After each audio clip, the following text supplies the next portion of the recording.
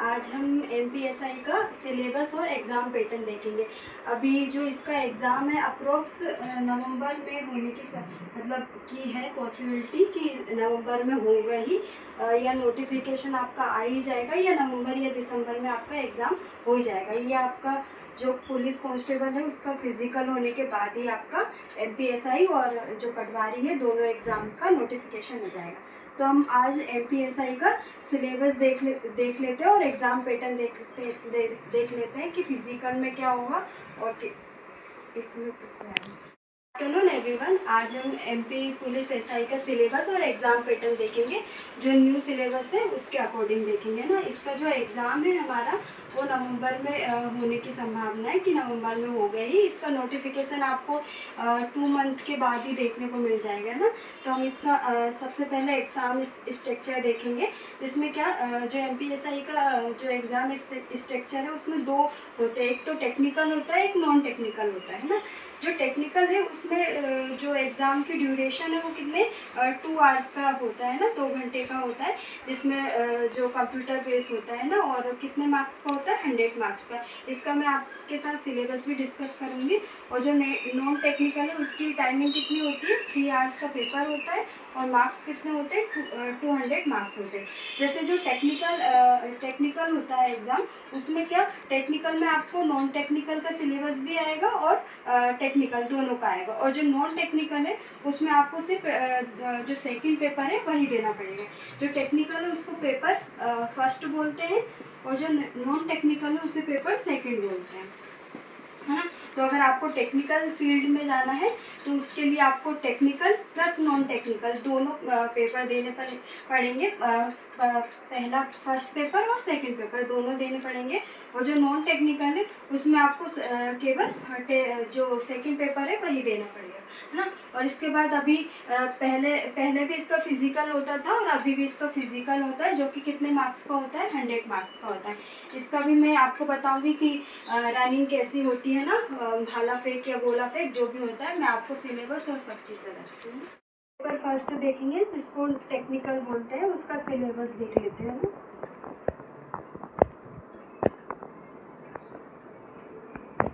तो आ जाएगा सिलेबस में फिजिक्स आएगा, केमिस्ट्री और मैथ ना, तीनों आपको पढ़ना पड़ेगा। मैं आपको फिजिक्स का सिलेबस बता देती हूँ ना। रोल ऑफ फिजिक्स है ना, भौतिकी की भूमिका है ना। जो फिजिक्स है उसकी भूमिका देखेंगे हम। और यूनिट एंड डायमेंशन देखेंगे, इकाइयाँ और आयाम देखेंगे, स्केलर और सदिश वेक्टर देखेंगे ना। स्केलर देखेंगे और राशियाँ देखेंगे, जिसमें सदिश राशि अदिश राशि है ना। और नेक्स्ट गणना है ना। और सेकंड आकर्षण बल शक्ति टकराव है ना।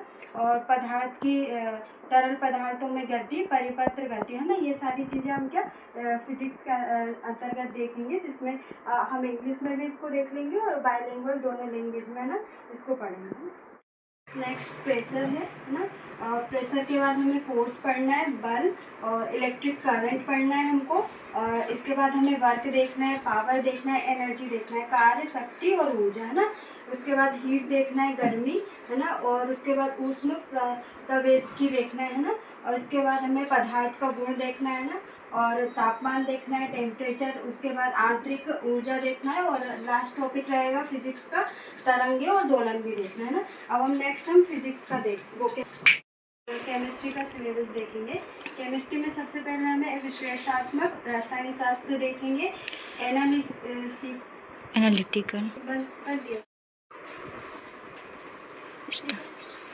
सबसे नेक्स्ट हम केमिस्ट्री का सिलेबस देखेंगे। विश्लेषणात्मक रसायन शास्त्र, अकार्बनिक रसायन शास्त्र और कार्बनिक रसायन शास्त्र, जैविक अणु है और ड्रग्स एंड पॉलीमर।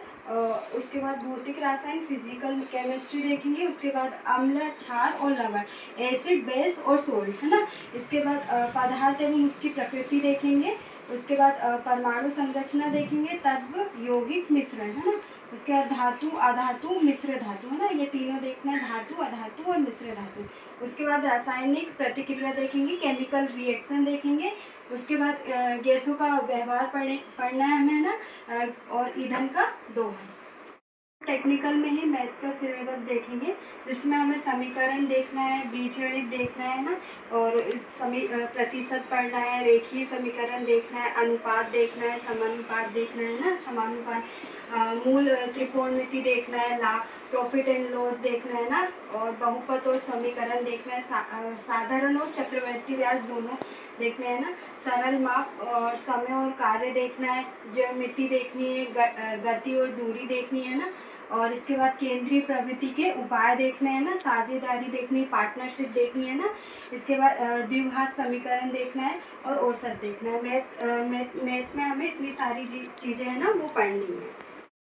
अभी हमने टेक्निकल का सिलेबस देखा, अब हम नॉन टेक्निकल का सिलेबस देखेंगे, जो कि पेपर सेकंड में आता है ना।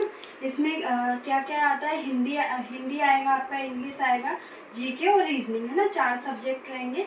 हिंदी में आपको क्या पढ़ना रहेगा, रस को देखना पड़ेगा, अलंकार को देखना, जिसमें रस के प्रकार है, रस के भेद है ना, अलंकार है, अलंकार के प्रकार है, अलंकार के भेद है ना, छंद है, छंद को देखना है, क्षेत्रीय बोली देखना है, जिसमें आपको मध्य प्रदेश की विशेषकर बोली देखना है, जैसे बुंदेलखंड हुई, बघेलखंड हुई, मालवी हुई है ना, और उसमें हमें जो मध्य प्रदेश की पत्र पत्रिकाएं हैं वो भी देखना है ना।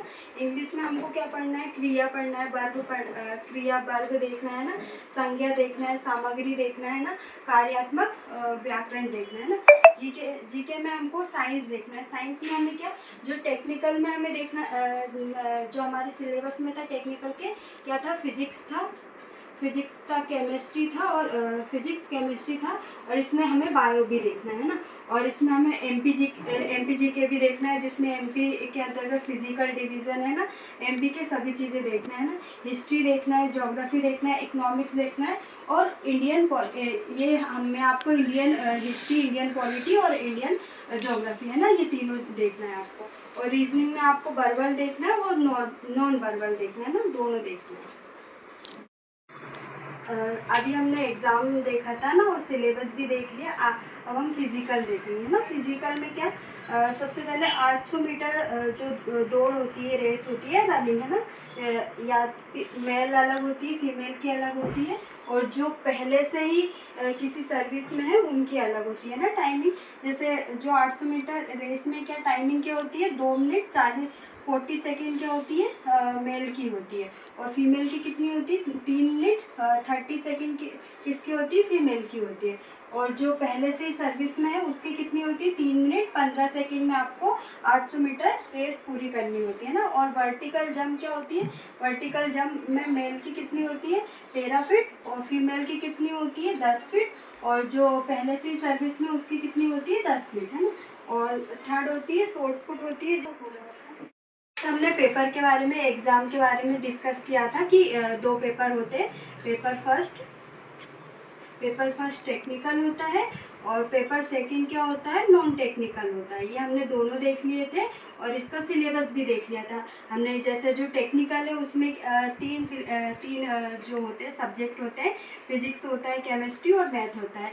वैसे ही जो नॉन टेक्निकल है उसमें 4 सब्जेक्ट होते हैं, जिसमें हिंदी होता है आपका, इंग्लिश होता है, रीजनिंग होता है, और रीजनिंग और जीके है ना, ये 4 सब्जेक्ट होते हैं नॉन टेक्निकल। सेकंड होता है फिजिकल होता है MPSI का, जिसमें मेल के लिए अलग होता है अलग, और फीमेल के लिए अलग, और जो पहले से ही सर्विस में हो उनके लिए अलग टाइमिंग रहती है। जैसे 800 मीटर दौड़ के लिए कितनी टाइमिंग रहती है, मेल में 2 मिनट 40 सेकेंड होती है, और फीमेल के लिए कितनी होती है, 3 मिनट 30 सेकेंड फीमेल के लिए होती है, और जो पहले से ही सर्विस में उसके लिए कितनी होती है, 3 मिनट 15 सेकेंड होती है ना। और वर्टिकल जंप कितनी होती है, मेल के लिए 13 फीट, और फीमेल के लिए कितनी होती है, 10 फीट, और जो पहले से सर्विस में उसके लिए भी 10 फीट होती है ना।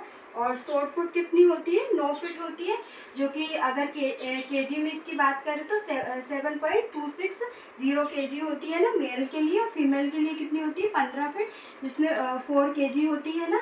और जो पहले से सर्विस में उसके लिए 10 फीट होती है, 7.260 केजी है ना।